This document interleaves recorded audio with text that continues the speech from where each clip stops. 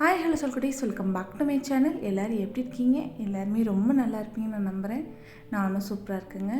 இன்றைக்கி இந்த வீடியோவில் என்னோடய ஃபுல் டே ரொட்டீன் தான் பார்க்க போகிறோம். மார்னிங் 9 AM நைட் 8 PM வரைக்கும் நான் என்னென்ன வேலைகள் வீட்டில் பண்ணுறேன் அப்படிங்கிறது தான் இந்த வீடியோவில் நம்ம பார்க்க போகிறோம். எக்ஸ்ட்ரா சில ரெசிபிஸ் எல்லாமே இந்த வீடியோவில் நம்ம பார்க்க போகிறோம். இந்த வீடியோ ஸ்கிப் பண்ணாமல் முழுசாக பாருங்கள். அதே மாதிரி 2-3 ப்ராடக்ட் கிச்சன் ஆர்கனைசேஷனுக்கு நான் வாங்கியிருக்கேன். அதுவும் என்னன்னு சொல்லிட்டு இந்த வீடியோவில் நம்ம பார்த்துடலாம். டைம் பார்த்திங்கன்னா மார்னிங் 9 o'clock ஆகுதுங்க. 8:30 பக்கமாகவே என் ஹஸ்பண்ட்க்கு டீ போட்டு கொடுத்துட்டேன். அவரும் ஆஃபீஸ்க்கு கிளம்பிட்டு இருந்தார். நான் அதுக்குள்ளே அவருக்கு பிரேக்ஃபாஸ்ட் செஞ்சு கொடுத்துடலாம் அப்படின்னு சொல்லிட்டு பிரேக்ஃபாஸ்ட் ரெடி பண்ண ஸ்டார்ட் பண்ணிவிட்டேன். பிரேக்ஃபாஸ்ட்டுக்கு பார்த்திங்கன்னா முட்டை தோசை தான் பண்ணியிருந்தேன். என் ஹஸ்பண்டாக ஆஃபீஸ் கிளப்பி விட்டுட்டு அதுக்கப்புறம் நான் மற்ற வேலைகள் எல்லாமே பார்க்க ஸ்டார்ட் பண்ணிட்டேன்.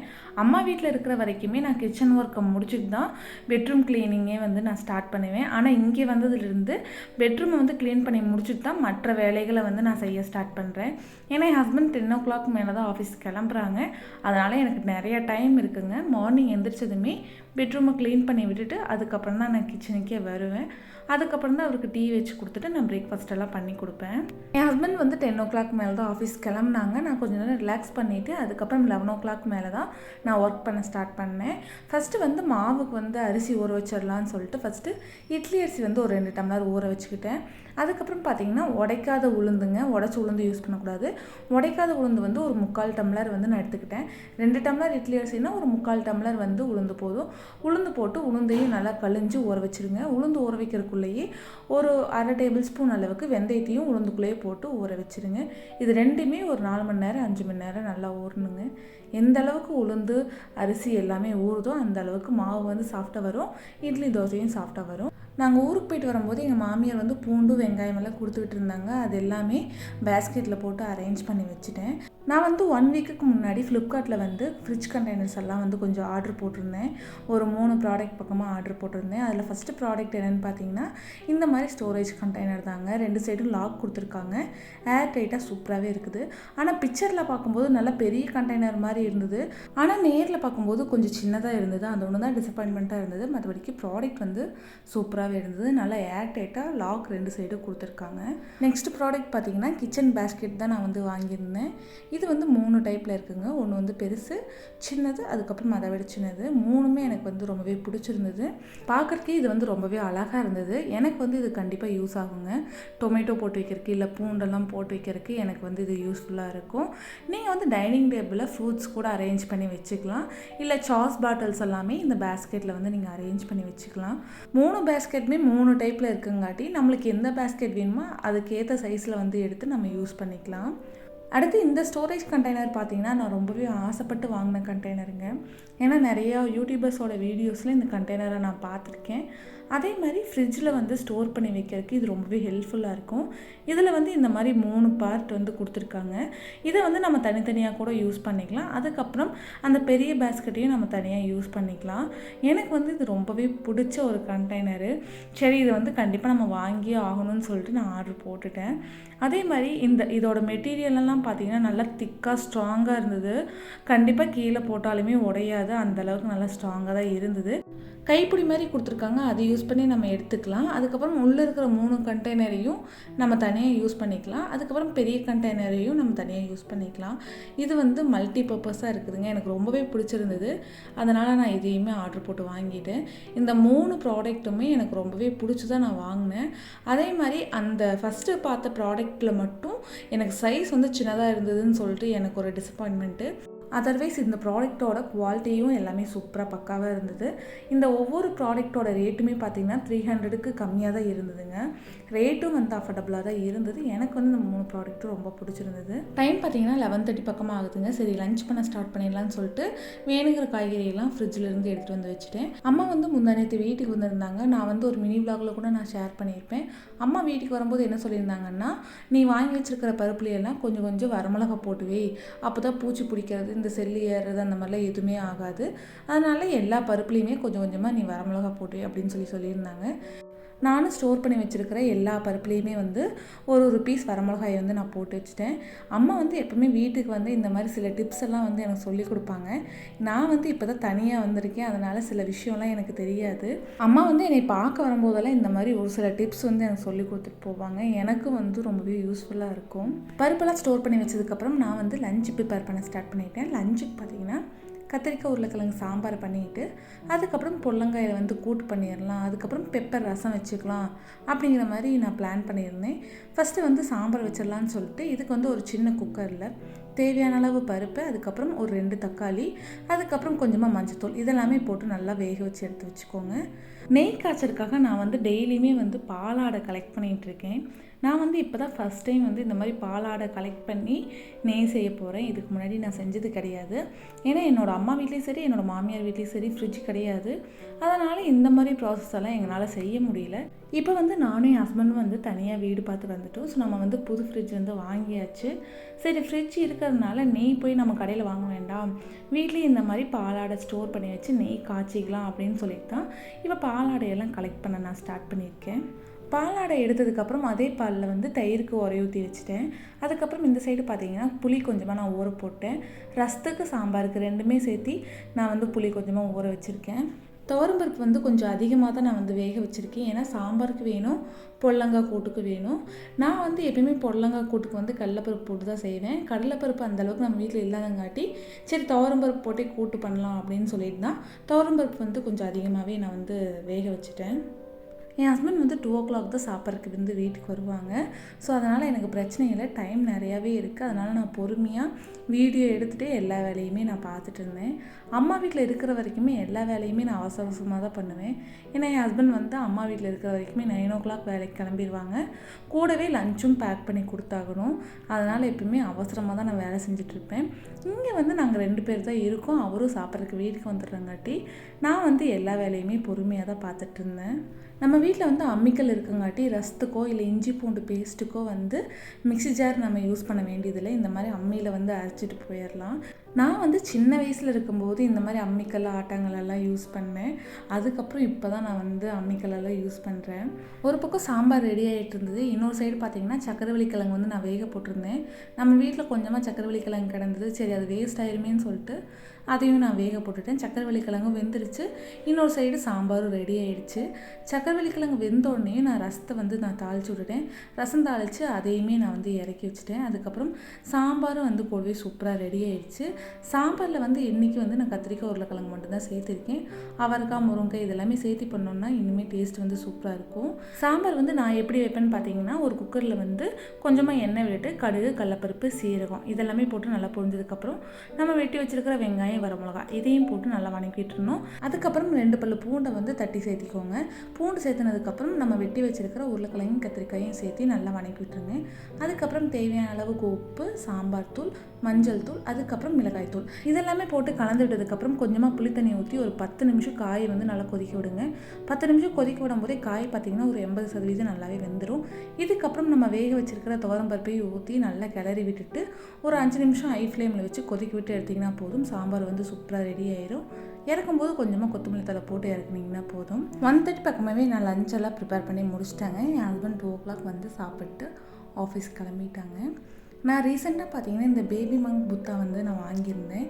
இந்த ஸ்டாச்சு வந்து ஃப்ரிட்ஜ் மேலே வைக்கிற மாதிரி நான் வாங்கியிருந்தேன். அதே மாதிரி இந்த ஸ்டாச்சுவோடையே வந்து மணி பிளான்ட் ஒன்று ஆர்டர் போட்டிருந்தேன். ஆனால் இந்த ஸ்டாச்சு வந்துடுச்சு, மணி பிளான்ட் இன்னும் வரல. மணி பிளான்ட் வந்தது அப்படின்னா இந்த ஃப்ரிட்ஜ் மேலே வச்சுட்டு புத்தாஸ் எல்லாமே வந்து மணி பிளான்ட்டுக்கு முன்னாடி லைனாக வைக்கிற மாதிரி நான் வந்து ஐடியா பண்ணியிருந்தேன். மணி பிளான்ட் வரலைங்க. ஸோ இந்த புத்தா ஸ்டாச்சுவையாவது நம்ம ஓப்பன் பண்ணி வைக்கலான்னு சொல்லிட்டு எல்லா ஸ்டாச்சுவையுமே நான் ஓப்பன் பண்ணி வச்சுட்டு இருந்தேன். எனக்கு வந்து இந்த கன்னத்தில் கை வச்சுட்டு இருக்கிற மாதிரி பேபி மங் புத்தா வந்து எனக்கு ரொம்பவே பிடிச்சிருந்தது. பார்க்குறதுக்கே க்யூட்டாக அவ்வளோ அழகாக இருந்தது. நம்ம வந்து பெரிய பெரிய புத்தா ஸ்டாச்சு வந்து வைக்கிறத விட இந்த மாதிரி குட்டி குட்டி க்யூட்டான புத்தா ஸ்டாச்சு வச்சோம் அப்படின்னா பார்க்குறதுக்கு இன்னுமே சூப்பராக இருக்கும். நான் பெருசாக தான் வாங்கலான்னு நினச்சேன். ஆனால் இந்த 4 புத்தாஸுமே குட்டியாக அழகாக க்யூட்டாக இருந்தது. அதனால் இந்த 4மே நான் ஆர்டர் போட்டு வாங்கிட்டேன். இதில் வந்து ஒரே ஒரு பேபி மங் புத்தா மட்டும் கன்னத்தில் கை வச்சுட்டு இருந்திருக்க மாதிரி இருக்கும். அதுதான் எனக்கு ரொம்பவே பிடிச்சிருந்தது. மற்ற 3 ஸ்டாச்சும் பார்த்திங்கன்னா கண், காது, அதுக்கப்புறம் வாய், இந்த 3மே க்ளோஸ் ஆன மாதிரி இருக்கும். எனக்கு வந்து இந்த புத்தாஸ் வந்து ரொம்பவே பிடிச்சிருந்தது. பார்க்குறக்கும் அவ்வளோ அழகாக இருந்தது. ஃப்ரிட்ஜ் மேக் ஓவருக்கு சில திங்ஸ் எல்லாமே நான் ஆர்டர் போட்டிருக்கேன். ஃப்ரிட்ஜ் டோரில் ஒட்டுற மாதிரி, அதுக்கப்புறம் ஃப்ரிட்ஜ் மேலே வைக்கிற மாதிரி சில ப்ராடக்ட்ஸ் எல்லாமே நான் ஆர்டர் போட்டிருக்கேன். அது வந்ததுக்கப்புறம் கண்டிப்பாக நான் உங்களுக்கு காமிக்கிறேன். ஏன்னா புத்தா ஸ்டாச்சு மட்டும் வச்சுருக்கிறது வந்து ரொம்பவே எம்டியாக இருந்தது.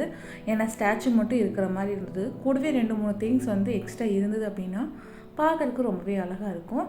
அந்த ப்ராடக்ட் எல்லாம் வந்ததுக்கப்புறம் கண்டிப்பாக நான் உங்களுக்கு இன்னொரு வீடியோவில் நான் ஷேர் பண்ணுறேன். டைம் பார்த்திங்கன்னா ஒரு 4 o'clock பக்கமாக ஆயிடுச்சுங்க. ஃப்ரிட்ஜில் வந்து வாட்டர்மெலன் இருந்தது. இது வந்து நேற்று என் ஹஸ்பண்ட் வந்து ஆஃபீஸ்லேருந்து வரும்போது வாட்டர்மெலன் வந்து வாங்கிட்டு வந்திருந்தாங்க. கவர் பிரிக்காமல் அப்படியே ஃப்ரிட்ஜுக்குள்ளே வச்சுருந்தேன். சரி இப்போ ஜூஸ் பண்ணி வச்சோம் அப்படின்னா நாளைக்கு மதியம் 1 மணி 2 மணி டைமு நல்லா வெயில் அடிக்கும். அப்போ வந்து ஜூஸ் குடித்தோம் அப்படின்னா கொஞ்சம் இதமாக நல்லா இருக்குன்னு சொல்லிட்டு நான் ஜூஸ் ரெடி பண்ண ஸ்டார்ட் பண்ணிட்டேன். இதுக்கு ஃபஸ்ட்டு இந்த மாதிரி ஒரு பாத்திரத்தில் வாட்டர்மெலனை வந்து கட் பண்ணி போட்டுக்கோங்க. கட் பண்ணி போட்டதுக்கப்புறம் வாட்டர்மெலனுக்குள்ளேயே உங்களுக்கு தேவையான அளவு இனிப்புக்கு தகுந்த மாதிரி சுகர் ஆட் பண்ணிக்கோங்க. சுகர் ஆட் பண்ணி கொஞ்சமாக தண்ணி ஆட் பண்ணி நல்லா ஒரு பொட்டேட்டோ மேஷரை வச்சு நல்லா மேஷ் பண்ணிடுங்க. பொட்டேட்டோ மேஷர் இல்லைனாலும் பிரச்சனை இல்லை. நீங்கள் கரண்டியை வச்சு மேஷ் பண்ணாலே போதும். வாட்டர்மெலன் வந்து நல்லாவே மேஷ் ஆயிரும்.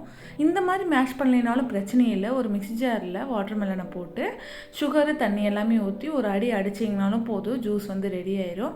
என்கிட்ட மேஷர் இருக்கிறங்காட்டி நான் இந்த மாதிரி மேஷ் பண்ணி எடுத்துக்கிறேன். மேஷ் பண்ணதுக்கப்புறம் ஒரு ஜூஸ் கண்டெய்னரில் வந்து அதோட ஜூஸை மட்டும் நான் வடிகட்டி எடுத்து வச்சுக்கிறேன். பல்போடு இருக்கிற அந்த வாட்டர்மெலன் ஜூஸை வந்து இன்னொரு ஜூஸ் கிளாஸில் வந்துட்டு நான் ஸ்டோர் பண்ணி வச்சுக்கிறேன். இந்த பெரிய ஜூஸ் கண்டெய்னரில் பார்த்தீங்கன்னா ஸ்ட்ரா இருக்குது. ஸோ வந்து நம்ம லிக்விடாக ஊற்றினோம்னா அந்த ஸ்ட்ரா போட்டு குடிக்கிறதுக்கு ரொம்பவே ஈஸியாக இருக்கும். இன்னொரு கிளாஸ் கண்டெய்னர் இருக்குது, ஜூஸ் பாட்டில் இருக்குது.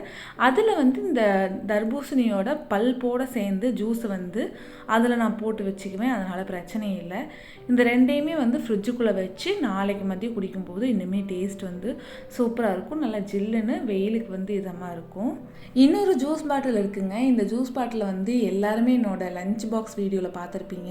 என் ஹஸ்பண்ட்க்கு வந்து லஞ்ச் பாக்ஸ் பேக் பண்ணும்போது அவருக்கு வந்து ஜூஸ் ப்ரிப்பேர் பண்ணி கொடுப்பேன். அப்போ வந்து இந்த ஜூஸ் பாட்டில் வந்து நான் யூஸ் பண்ணிகிட்டு இருந்தேன். இப்போ வந்து என் ஹஸ்பண்ட்க்கு நான் லஞ்செல்லாம் பேக் பண்ணி கொடுக்குறதே இல்லை. அவர் வீட்டுக்கு வந்து சாப்பிட்றாங்காட்டி சப்போஸ் ஜூஸ் அடித்தாலும் நான் வந்து கிளாஸில் ஊற்றி கொடுத்துட்றேன். அதனால் இந்த ஜூஸ் பாட்டில் வந்து நான் யூஸ் பண்ணாமே இருந்தேன். இப்போ இந்த தர்பூசணியோட ஜூஸை வந்து ஸ்டோர் பண்ணி வைக்கிறதுக்கு இந்த ஜூஸ் பாட்டில் வந்து ஹெல்ப்ஃபுல்லாக இருக்குது. இப்போ இந்த 2 கண்டெய்னர்லேயும் ஜூஸை ஃபில் பண்ணி ஃப்ரிட்ஜுக்குள்ளே ஸ்டோர் பண்ணி வச்சுட்டேன். இதை வந்து இனி நாளைக்கு மதியம் 1 மணி 2 மணி டைமில் நல்லா வெயில் அடிக்கும்போது இந்த ஜூஸ் எடுத்து குடித்தோம் அப்படின்னா நல்லா இதமாக ஜில்லுன்னு சூப்பராக இருக்குங்க. 4:30 மணிக்காட்ட வந்து நான் மாவாட்ட ஸ்டார்ட் பண்ணிவிட்டு நம்ம காலையில் 11 மணிக்கு அரிசியெல்லாம் ஊற வச்சுருந்தோம். இப்போ 5 மணி நேரத்துக்கு மேலேயே ஆயிடுச்சு. அதனால் மாவாட்ட ஸ்டார்ட் பண்ணிட்டேன். ஃபஸ்ட்டு உளுந்து வெந்தயத்தையும் போட்டு நல்லா நைஸாக ஆட்டி எடுத்ததுக்கப்புறம் அரிசியை போட்டு ஆட்ட ஸ்டார்ட் பண்ணிடுங்க. அரிசி ஆட்ட போடுறதுக்கு ஒரு 10 நிமிஷத்துக்கு முன்னாடியே அவளை வந்து ஊற வச்சுருங்க. நான் வந்து ஒரு 1 டம்ளர் பக்கமாக அவள் வந்து ஊற வச்சுருந்தேன். அவள் எதுக்கு யூஸ் பண்ணுறோம் அப்படின்னா மாவு வந்து நல்லா சாஃப்டாக வரும். இட்லியெல்லாம் பார்த்திங்கன்னா நல்லா பஞ்சு மாதிரி வரும். அப்புறம் தோசையும் நல்லா முருகலாக கிறிஸ்பியாக வரும். அவள் இல்லை அப்படின்னா நீங்கள் சாதத்தை கூட ஆட் பண்ணிக்கலாம். இந்த இட்லி தோசை மாவுக்கு பார்த்திங்கன்னா 2 டம்ளர் அளவு இட்லி அரிசி, 3/4 டம்ளர் அளவு உளுந்து, 1 டேபிள் ஸ்பூன் வெந்தயம், 1 டம்ளர் அளவுக்கு அவல். இந்த 4 பொருள் மட்டுமே போதும். இட்லி தோசை மாவு வந்து சூப்பராக ரெடி ஆகும். இட்லி அரிசி போடும்போதே நம்ம ஊற வச்சுருக்கிற அவளையும் போட்டு நல்லா ஆட்டி எடுத்துக்கோங்க. உளுந்து மாவு ஆட்டி வச்சுருக்கிற அதே பாத்திரத்துலேயே இந்த அரிசியும் அவளும் ஆட்டின மாவை வந்து கொட்டி நல்லா கை விட்டு 2 மாவும் கலக்கிற மாதிரி கலந்து விடுங்க. அதாவது உளுந்து மாவு இந்த அரிசி மாவும் நல்லா கலக்கிற மாதிரி கை விட்டு நல்லா கலக்கி விட்டுட்டு ஒரு 8-9 மணி நேரம் மூடி போட்டு ஒரு ஓரமாக அப்படியே வச்சுருங்க. ஒரு 8 மணி நேரம் கழித்து பார்த்தீங்கன்னா மாவு வந்து நல்லா பொங்கி புளிச்சு சூப்பராக ரெடியாக இருக்கும். அந்த ஸ்டேஜில் தேவையான அளவு உப்பு போட்டு மாவு வந்து நல்லா கிளறி விட்டுட்டு அதுக்கப்புறம் தோசை இட்லி ஊற்றுனீங்க அப்படின்னா தோசையும் நல்லா கிறிஸ்பியாக வரும், இட்லியும் நல்லா பஞ்சு போல் ரெடியாகி வரும். இந்த விலாகில் வந்து என்னால் ஃபுல் வீடியோவையும் கேப்சர் பண்ண முடியலைங்க. இன்னொரு விலாகில் கண்டிப்பாக இந்த இட்லி தோசை மாவு வந்து எப்படி ப்ரிப்பேர் பண்ணுறதுன்னு சொல்லிட்டு ஃபுல் வீடியோவாக நான் உங்களுக்கு ஷேர் பண்ணுறேன். மாவெல்லாம் ஆட்டி முடிக்கும் போதே டைம் பார்த்தீங்கன்னா 5:30 பக்கமாக ஆயிடுச்சுங்க. ஒரு 6 மணிக்கிட்ட நானும் போய் ஃப்ரெஷ் ஆகிட்டு வந்துட்டு சாமியெல்லாம் கும்பிட்டு முடிச்சுட்டு ஒரு 6:30 நைட்டு டின்னர் பண்ண ஸ்டார்ட் பண்ணிட்டேன். என் ஹஸ்பண்ட் வந்து ஒரு 8 மணி இல்லைன்னா 8:30 அந்த ரேஞ்சில் வந்து வீட்டுக்கு வந்துடுவார். நான் வந்து ஒரு 6:30க்கு குக் பண்ண ஸ்டார்ட் பண்ணேன் அப்படின்னா ஒரு 7 மணி இல்லைன்னா 7:30 குக்கிங் ஒர்க்கெல்லாம் வந்து நான் முடிச்சிடுவேன். அவரும் 8 மணிக்கு வந்து சாப்பிட்றதுக்கு வந்து கரெக்டாக இருக்கும். இன்றைக்கி நைட்டு டின்னர் மெனுக்கு பார்த்தீங்கன்னா மோர் குழம்பு பண்ணலாம் அப்படின்னு சொல்லிட்டு தான் நான் பிளான் பண்ணியிருந்தேன். நம்ம வீட்டு ஃப்ரிட்ஜில் ரொம்ப நாளாக வெண்டைக்காய் வந்து இருந்துக்கிட்டே இருக்குங்க. சரி, அதை வந்து இன்றைக்கி மோர் குழம்பு பண்ணிடலான்னு சொல்லிட்டு இருக்கிற வெண்டைக்காயில் பாதி வெண்டைக்காயை வந்து மோர் குழம்புக்காக நான் கட் பண்ணி வச்சிட்டேன். தயிருமே கொஞ்சம் நிறைய இருந்தது. ஏன்னா மத்தியானம் வந்து தயிர் பெருசாக நாங்கள் சாப்பிடல. ஸோ தயிரும் இருந்தனால சரி வெண்டைக்காயும் தயிரையும் வச்சு மோர் குழம்பு பண்ணிடலாம் அப்படின்னு சொல்லிட்டு நான் பிளான் பண்ணேன். இந்த மோர் குழம்புக்கு ஃபஸ்ட்டு ஒரு மிக்ஸி ஜாரில் ஒரு கைப்பிடி அளவு தேங்காய், ஒரு பெரிய வெங்காயம், ஒரு 3 பல்லு பூண்டு, 3 பச்சை மிளகாய், அதுக்கப்புறம் 1 டேபிள் ஸ்பூன் சீரகம், அதுக்கப்புறம் 1/2 டேபிள் ஸ்பூன் மஞ்சத்தூள், இதை மட்டுமே போட்டு ஒரு பேஸ்ட் மாதிரி நல்லா அரைச்சி எடுத்துக்கோங்க. நான் வந்து தயிரில் கொஞ்சமாக தண்ணி ஊற்றி ஹேண்ட் பிளெண்டரை வச்சு தயிரை வந்து நல்லா கடைஞ்சி எடுத்து வச்சுருக்கேன். அந்த தயிரில் நம்ம அரைச்சி வச்சுருக்கிற பேஸ்ட்டை ஊற்றி இந்த மாதிரி நல்லா கிளறி விட்டுக்கோங்க. அடுத்து கடாயில் வந்து கொஞ்சமாக ஆயில் விட்டு நம்ம கட் பண்ணி வச்சுருக்கிற வெண்டைக்காயை வந்து நல்லா வந்து வறுத்து எடுத்துக்கோங்க. வெண்டைக்காயோட வலுவலுப்பெல்லாம் போகிற வரைக்கும் நல்லா வெண்டைக்காயை வந்து வறுத்து எடுத்துக்கோங்க. அதுக்கப்புறம் அதே கடாயில் ஒரு 2 டேபிள் ஸ்பூன் ஆயில் விட்டு கொஞ்சமாக கடுகு, சீரகம் இதெல்லாமே போட்டு நல்லா பொரிஞ்சதுக்கப்புறம் ஒரு வரமிளகா போட்டுக்கோங்க. வரமிளகா போட்டதுக்கப்புறம் கொஞ்சமாக பெருங்காயத்தூள் வந்து ஆட் பண்ணிக்கோங்க. பெருங்காயத்தூள் ஆட் பண்ணதுக்கப்புறம் நம்ம வறுத்து வச்சிருக்கிற வெண்டைக்காயும் போட்டு நல்லா கிளறி விட்டுருங்க. வெண்டைக்காயை போட்டு நல்லா வறுத்து விட்டதுக்கப்புறம் அடுப்பை வந்து ஆஃப் பண்ணிடுங்க. அடுப்பு ஆஃப் பண்ணிவிட்டு நம்ம ரெடி பண்ணி வச்சுருக்கிற அந்த தயிர் பேஸ்ட்டை எடுத்து ஊற்றி நல்லா கிளறி விட்டுருங்க. மறுபடியும் அடுப்பை ஆன் பண்ணி அடுப்பை வந்து லோ ஃப்ளேமில் வச்சுட்டு இந்த மோர் குழம்புக்கு தேவையான அளவு உப்பு ஆட் பண்ணிக்கோங்க. உப்பு ஆட் பண்ணதுக்கப்புறம் இந்த மோர் குழம்பு ஒரு கொதி வந்துச்சுன்னா போதுங்க, நம்மளோட மோர் குழம்பு வந்து சூப்பராக ரெடி ஆயிரும்.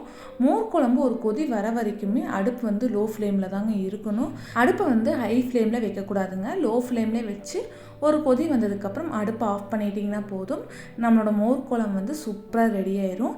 டேஸ்ட்டு வந்து சூப்பராக இருக்குங்க. குயிக்காக ஈஸியாகவும் பண்ணிடலாம். இந்த மோர் குழம்புக்கு வந்து எப்பவுமே வந்து அப்பளம் தான் சூப்பரான காம்பினேஷனுங்க.